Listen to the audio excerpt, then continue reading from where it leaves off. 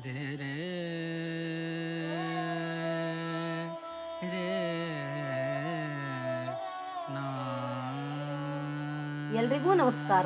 ಇಲ್ಲಿ ಇಷ್ಟೊಂದು ಜನ ಅದ್ಭುತವಾಗಿ ಮತ್ತು ಕುತೂಹಲದಿಂದ ಕಾಯುತ್ತಿರುವ ಕ್ಷಣವೇನೆಂದರೆ ಈ ರಾಧಾರಾಣಿ ಮಂದಿರದ ಕಥೆಯನ್ನು ಮತ್ತು ರಾಧಾರಾಣಿ ಮಂದಿರವನ್ನು ವೀಕ್ಷಿಸಲು ತವಕದಿಂದ ಕಾಯುತ್ತಿದ್ದಾರೆ. ಈ ಮಂದಿರವೇ ಒಂದು ವಿಶೇಷ, ಇದರ ಕಥೆಯು ಇನ್ನೂ ರೋಚಕ.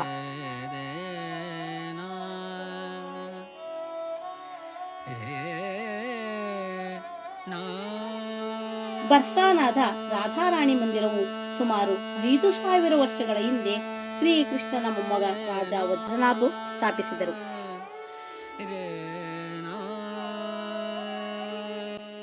ಈ ದೇವಾಲಯವನ್ನು ನಾರಾಯಣ ಭಟ್ ಪುನರ್ ಸಂಶೋಧನೆ ಮಾಡಿ ಅರಸರಾದ ರಾಜವೀರ ಸಿಂಗ್ 1675ರಲ್ಲಿ ಮರುನಿರ್ಮಿಸಲಾಗಿತ್ತು.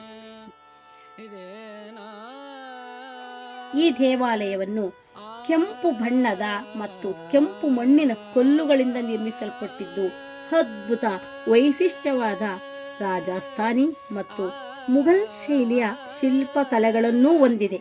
ಇದರ ಮುಖ್ಯ ಆರಾಧ್ಯ ರಾಧಾರಾಣಿ, ಬ್ರಜವರಳು ದೇವತೆ ಎಂದು ಗಣನೆ ಮಾಡುತ್ತಾರೆ.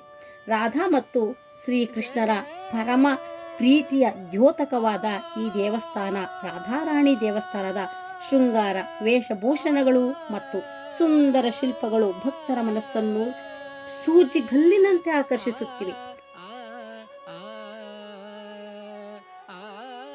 ಸ್ಥಳ ಸಂಪ್ರದಾಯದ ಪ್ರಕಾರ ಶ್ರೀಕೃಷ್ಣನು ಬರ್ಸಾನಾದಲ್ಲಿ ರಾಧಾರಾಣಿಯೊಂದಿಗೆ ಲಾಟ್ಮೋರ್ ಹೋಳಿ ಹಬ್ಬವನ್ನು ಆಚರಿಸುತ್ತಿದ್ದನು.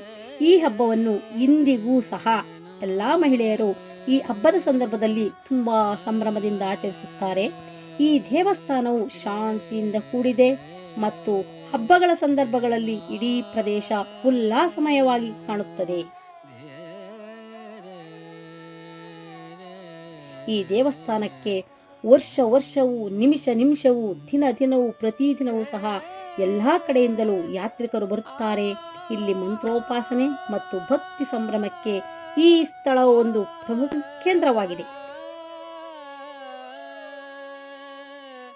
ಈ ರಾಧಾರಾಣಿ ಮಂದಿರವು ನಮ್ಮ ಸಂಸ್ಕೃತಿಯ ಮತ್ತು ಧಾರ್ಮಿಕ ಪರಂಪರೆಯು ಉಳಿಯುವಂತಹ ಪ್ರಮುಖ ಸಂಕೇತವಾಗಿದೆ. ಸೇರಿರುವ ಜನರಲ್ಲಿ ವೀಕ್ಷಿಸುತ್ತಿರುವುದು ರಾಧಾರಾಣಿ ಮಂದಿರದ ಪ್ರಮುಖ ಆಕರ್ಷಣೆಯಾದ ರಾಧಾರಾಣಿ ಮೂರ್ತಿಯನ್ನು.